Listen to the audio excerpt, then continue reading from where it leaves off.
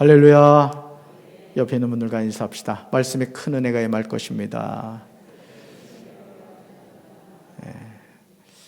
자, 오늘 사무엘상 1장 21절부터 28절까지 말씀으로 거기서 여호와께 경배하라, 이런 제목으로 말씀의 은혜를 나누고자 합니다. 여러분, 한 사람의 이름은 한나고 한 사람의 이름은 분인나입니다. 자, 분인나에게는 뭐가 있고? 자식이 있고, 한나에게는 뭐가 없습니까? 자식이 없습니다. 평범하게 보이는 모습일 수 있습니다. 그러나 한나와 분인나의 삶은 전혀 다르죠. 오늘 우리가 살아가는 삶에도 그렇습니다. 누군가에게는 너무나 평범하게 보이는 것이 어떤 사람에게는 비범하게 보일 수가 있다는 거죠. 한나는 누구나 얻는 것을 가질 수가 없었습니다. 자, 그런데 놀라운 사실은 한나가 자식이 없었던 이유가 사무엘상 1장 5절 하반절과 6절 상반절에서 반복해서 나오고 있는데, 먼저 그러나 여호와께서 그에게 임신을 하지 못하게 하셨다고 나옵니다. 자, 누가 임신하지 못하게 하셨다? 여호와께서. 자, 다음으로 여호와께서 그에게 임신하지 못하게 하셨다라고 또 반복해 나오죠. 한나는 남편 엘가나의 특별한 사랑을 받았습니다. 엘가나가 제사를 드리는 날에는 제물의 분깃을 한나에게 갑절로 준 거죠. 하지만 엘가나의 사랑이 임신을 하지 못하는 이 한나의 아픔을 해결해 주지 못했어요. 심지어 그의 적수인 분인나가 한나를 심히 격분하게 하여 괴롭게 하였습니다. 자, 한나는 울며 음식을 먹을 수가 없었어요. 자, 지금 한나가 처한 삶의 고통스러운 상황을 여러분 주목해 보시길 바라요. 두 가지로 우선 볼 수 있어요. 첫째, 하나님은 한나가 뭐 하지 못하게 하셨다고요? 예, 임신하지 못하게 했어요. 이걸로 끝입니까? 자, 적수 분인나는 한나를 어떻게 했다고요? 격분하여 괴롭게 했다는 거예요. 하나님도 힘들게 하셨고 같이 사는 분인나도 힘들게 한 거예요. 한나에게는 자신을 사랑해주는 남편 엘가나가 있었지만, 그러나 남편의 사랑이 한나가 가슴 깊이 가지고 있는 마음의 슬픔을 해결해 주지 못했다는 거죠. 우리가 한 가정 안에서 부부로 살아도, 또 부모와 자식 간의 관계를 맺고 살아도 각자의 내면의 아픔과 상처는 우리 스스로 해결해 주지 못할 때가 많죠. 내가 그대에게 10 아들보다 낫지 아니하냐고 말했어도 공허한 메아리처럼 들렸을 겁니다. 그런데 정말 역설적으로 한나에게 있는 사면초가의 상황은 그녀가 하나님 앞으로 나가게 하는 중요한 원인이 됐다는 거예요. 고난당하는 것이 왜 우리에게 유익이 될 수 있습니까? 그 고난 때문에 우리가 하나님 그분을 찾고 그분 앞에 나간다면 고난은 오히려 우리에게 축복이 될 줄로 믿습니다. 여러분, 여인으로서 자신이 임신하지 못하게 하시는 하나님을 원망할 수 있었을 겁니다. 사실 한나가 임신하지 못했던 것은 누구한테 원인이 있었다? 하나님께 있었다는 거예요. 자신을 격분하여 괴롭게 하는 분인나를 미워할 수 있었을 겁니다. 내가 아기 낳지 못한다고 악한 행동을 하는 그 분인나가 얼마나 미웠겠어요. 그러나 한나가 찾은 것은 하나님을 원망하는 것도 아니었고 적수 분인나를 미워하는 것도 아니었다는 거예요. 한나가 찾은 것은 하나님의 전이었어요. 오늘날로 말하면 하나님의 성전인 교회를 찾아왔다는 거예요. 사무엘상 1장 10절에서 한나가 마음이 괴로워서 여호와께 기도하고 통곡하였다고 나옵니다. 여러분, 한나의 기도는 그냥 기도가 아니었어요. 흔히 하는 말로 억장이 무너지는 그런 아픔의 기도였습니다. 저는 우리 사랑하는 강경제일교회 성도 여러분들이 어떤 마음의 응어리가 있으세요? 어떤 여러분 가정의 기도 제목이 있으십니까? 아니, 어떤 여러분 자신의 기도 제목이 있으십니까? 오늘 그 기도 제목을 마음껏 풀어헤치고 돌아가게 되시길 주님의 이름으로 축원합니다. 하나님은 이미 여러분들이 이 성전을 향하여 걸어 나올 때, 네가 오늘 이 얘기를 해줬으면 좋겠구나 하고 기다리고 계세요. 여러분의 기도 소리를 듣고 싶어 한다고요. 하나도 숨김없이 다 털어놓고 가시길 주님의 이름으로 축원합니다. 자, 11절에 나오는 한나의 기도는 이것을 보여주죠. 자, 이 내용이에요. 같이 읽습니다. 서나여 이르되 만군의 여호와여, 만일 주의 여종의 고통을 돌보시고 나를 기억하사 주의 여종을 잊지 아니하시고 주의 여종에게 아들을 주시면 내가 그의 평생에 그를 여호와께 드리고 삭도를 그의 머리에 대지 아니하겠나이다. 아멘. 한나가 표현하는 기도 문구 하나하나가 절박하지 않습니까, 여러분? 주의 여종의 고통을 돌봐달라고 기도합니다. 나를 기억해달라고 구합니다. 여러분, 하나님이 기억하시는 인생 되시길 주님의 이름으로 축원합니다. 주의 여종을 잊지 아니하여 달라고 간구합니다. 주님, 우리 아들 잊으시면 안 돼요. 우리 아들을 주님 기억해 주셔야 돼요. 그런 다음 주의 여종에게 아들을 주시면 그를 여호와께 드리겠다고 합니다. 그런데 이런 한나의 기도에 초를 치는 사람이 있었어요. 여러분, 기도할 때요, 초 치는 사람 조심하셔야 돼요. 옆에 있는 사람 한번 봐봐요. 오늘 기도할 때 초 칠 것 같은가? 그럼 빨리 자리 옮기셔야 돼. 여러분, 정말 놀랍게도 그 사람이 누구였습니까? 이스라엘의 영적인 지도자였던 제사장 엘리였습니다. 엘리는 한나가 취한 줄로 생각했죠. 그러면서 뭐라고 말하죠? 내가 언제까지 취하였겠느냐? 포도주를 끊으라고 합니다. 나는 지금 너무 괴롭고 속상해서 막 열심히 기도하고 있는데 포도주를 끊으라, 이렇게 얘기하는 거예요. 아마 이쯤 되면 대부분의 사람은 폭발할 겁니다. 엘리 제사장에게 대들었을지도 몰라요.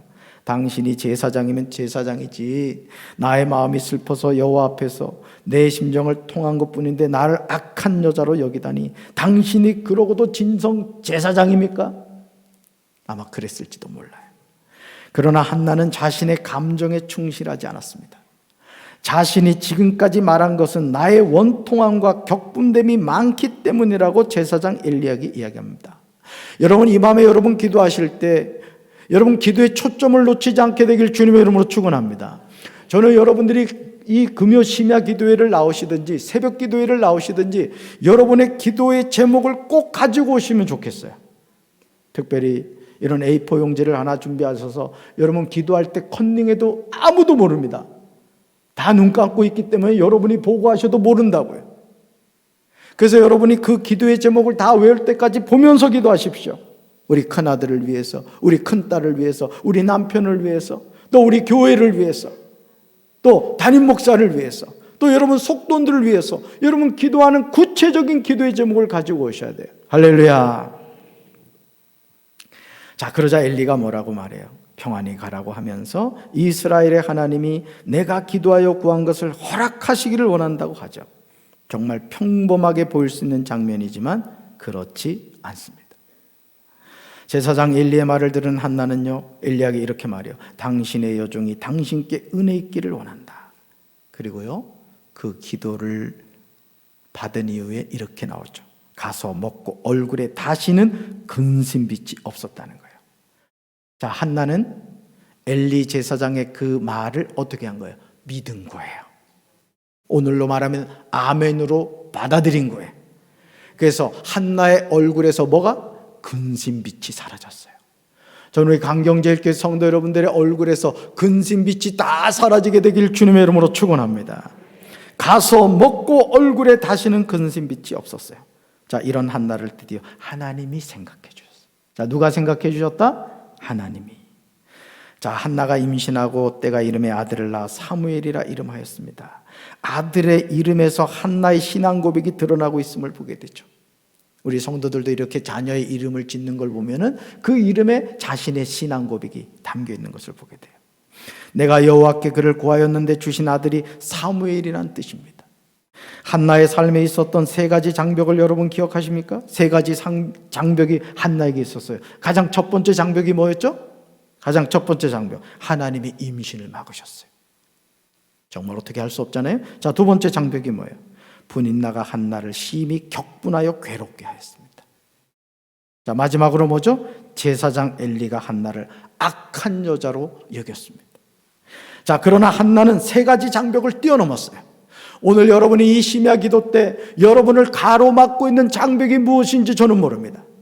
그러나 여러분 자신은 알 거예요. 그 장벽 뛰어넘게 되길 주님의 이름으로 축원합니다.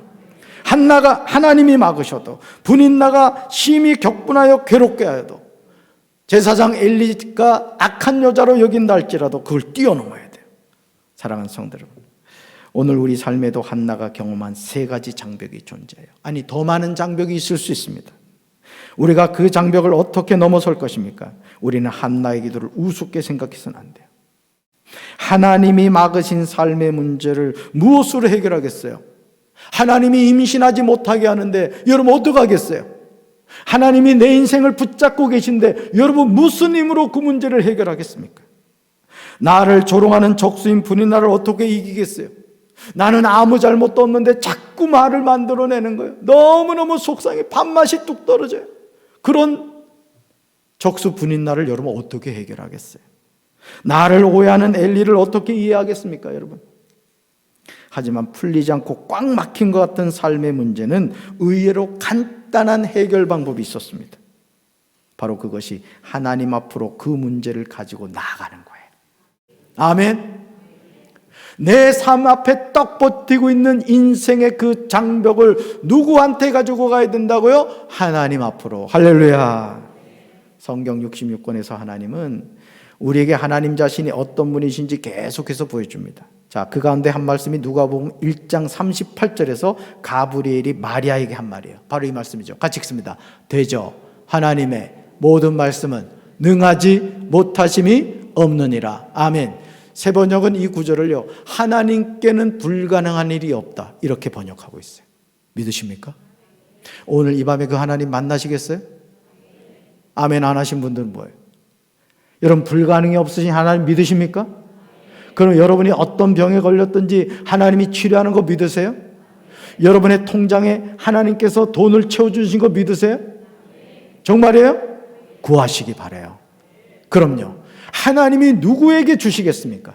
하나님이 누구에게 복을 주시겠어요? 하나님의 자녀에게 주실 줄로 믿습니다. 사랑하는 성도 여러분, 하나님의 모든 말씀은 능하지 못하심이 없어요.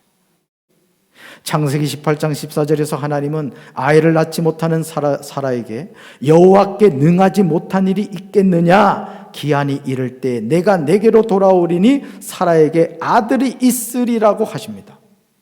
여러분 하나님은요 능하지 못하시는 일이 없어요. 아멘. 사무엘상 1장 21절부터 28절은 하나님의 은혜로 사무엘을 낳은 한나의 모습이 나오죠.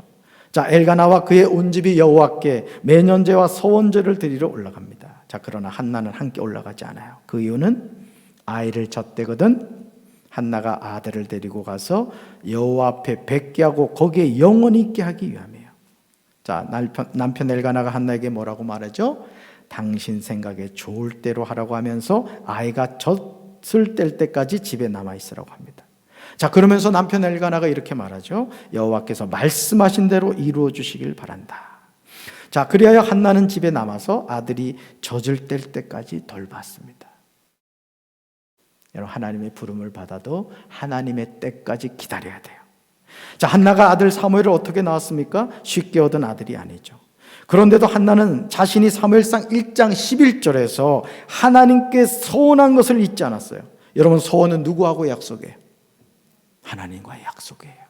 그러므로 민수기 30장 2절에서 이렇게 말씀하죠. 같이 읽습니다. 사람이 여호와께 서원하였거나 결심하고 서약하였으면 깨뜨리지 말고 그가 입으로 말한 대로 다 이행할 것이니라. 아멘. 하나님과의 약속을 지키기 위해서 아들 사무엘을 양육하며 젖을 떼기까지 기다리는 한나의 모습이 여러분 귀하게 보이지 않습니까?